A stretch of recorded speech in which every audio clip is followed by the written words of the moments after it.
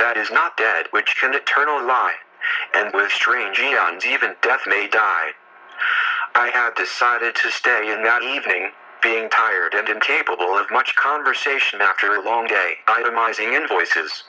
There was a dinner party that I had been invited to, but having half a guinea fowl left from the previous night, coupled with my state of being at the time, I had decided to retire early, read something for a spell, and fall asleep as quickly as I might. Halfway through finishing off the fowl, I noticed that the bones therein were particularly brittle, and would often break as I tore at the meat. After a few more bites, I began to choke lightly, one of the bones having lodged itself unfocused in my throat. I swiftly drank some wine, and after an enormous gulp, dislodged the corrupt structure soundly. I could feel it uncork itself and slide relentlessly down the path where to finally pierce the stomach and succumb to its slumber. After washing the meal's dishwares, I moved into the study where I perused my library.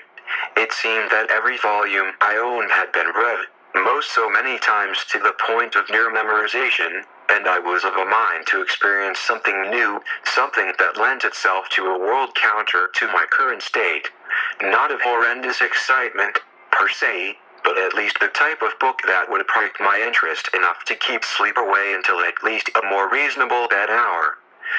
After an almost intolerable time spent searching the shelves for such a volume, I came, quite by accident, the look of a book that I had not known I had owned. Its cover was leather, with a strange symbol bedecked upon it, which rose upward in a stern, yet almost tentative manner. Upon opening it, the book released a cloud of dust and the sounds of dry, cracked firewood. I had clearly not read this book before, and could not for the life of me recall where I had procured it. I decided it no matter, and retired to my bedroom where I maneuvered the lights to a reading wattage and sat down, wrapped in a soft blanket to keep warm. What came next in this retelling, I cannot be certain of.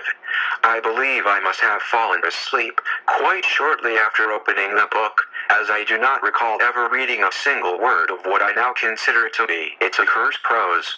No, I did not read one drop of its damnation, I swear to you, now. Upon opening my eyes, I observed with uncanny fright and monstrous confusion the wicked book lying at my feet, and the skinless guinea fowl, its bones protruding from its sagging and mangled flesh, tearing at the pages of the open book with its appalling claws. And once noticing my movement, it stopped, sharply turned its head, and stared at me, its eerie glass eyes reflecting my fear back to me, lodging itself deep in my throat. Unable to scream, my horror buried itself deep in my belly, where it rankled and sank deeper than I know how. What I imagined to be my own scream, blood-curdled and hotly alive, erupted from the fowl, a shriek to shake the very house to its foundation. I must have swooned to sleep for some time thereafter. I was later awoken by a neighbor, who had come to investigate after complaints of stench had caused concern. I was anxious at this person, unrecognizable at first. He looked at me with a queer expression, and then pointed down to my feet, and there lay the ravaged and gray body of a baby boy, its bones having all been removed, and stuck in its rotting flesh, feathers, fresh and as clean as the morning air outside.